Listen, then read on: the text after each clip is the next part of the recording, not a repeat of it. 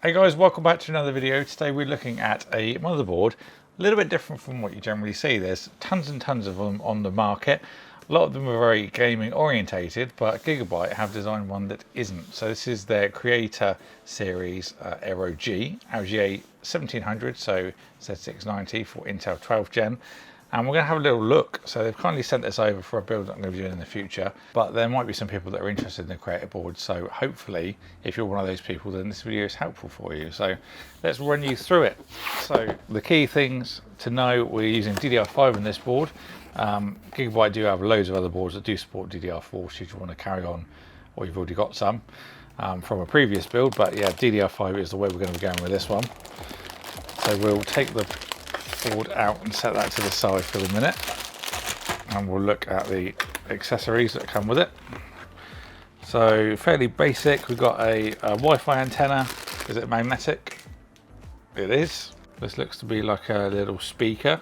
Maybe if you wanted to do BIOS codes and stuff like that. There's a couple of SATA cables if you still use those. Obviously your manual, and then there's a load of, looks like M.2 screws. There's 4 in this box, something I'll show you in a minute. So there we go.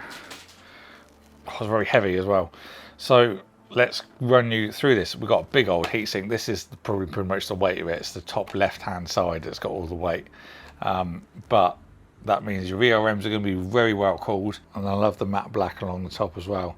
We've got an 8-pin and then a 4-pin on the top, which is going to be your EPS power. Obviously our 24 pins down the side. Let's go for our fan headers. There's 1, 2, 3, 4, 5, 6, 7, 8. Should be pretty much enough for any case. Generally speaking, we'll use roughly about 6 or so. Primary CPU fan is just above the DIMM slots.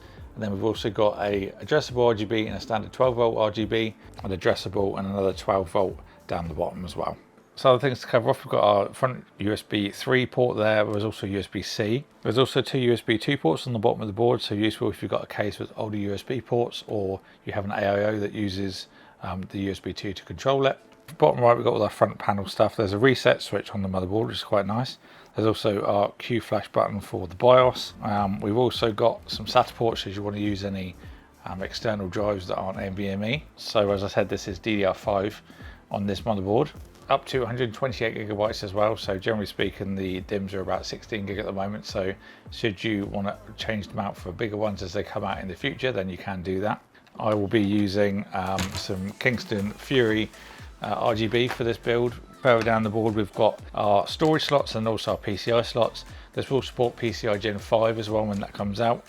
And then let's take off these covers to show you what storage options we've got. So our first one's got a nice bit of aluminium, nice bit of machining on there as well. And then this is the reason for all those M.2 screws. So if we take this off, you can see we can support another 3 NVMe drives in here. These are all PCI Gen 4 as well, so you can put those faster drives in as well should you wish. There is our little Wi-Fi card underneath as well that goes to our rear I/O, but that will just lay over the top. So you can really, kit this out with high-speed storage. Maybe you're using scratch drives as well for editing and things like that. You can just put some real great stonker NVMe drives in, and they're all going to be cooled off this really nice bit of machined aluminium. Some weight to that as well. For rear I/O, we've got 2 USB 2s.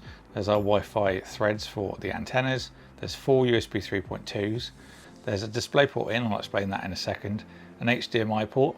We've got USB 3.2, there's 2 more there.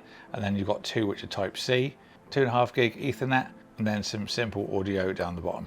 So the display port in, what that allows you to do is take an output from your graphics card into the motherboard, and then that goes out to USB type C. So maybe if you want to use a graphics tablet, you can do that, and it also gives you power to that as well, so it gives you a little bit more flexibility for the creatives out there. So that was a look at the Gigabyte Z690 Aero G. Do let me know what you think about it down in the comments box below. Really looking forward to doing the build with this, and that will be done soon, so stay tuned for that. If you enjoyed this video, then don't forget to subscribe and ding the bell so you don't miss a future one. Thank you all for watching. Thank you for Gigabyte for sending this out for me to look at, and I will see you all in the next one.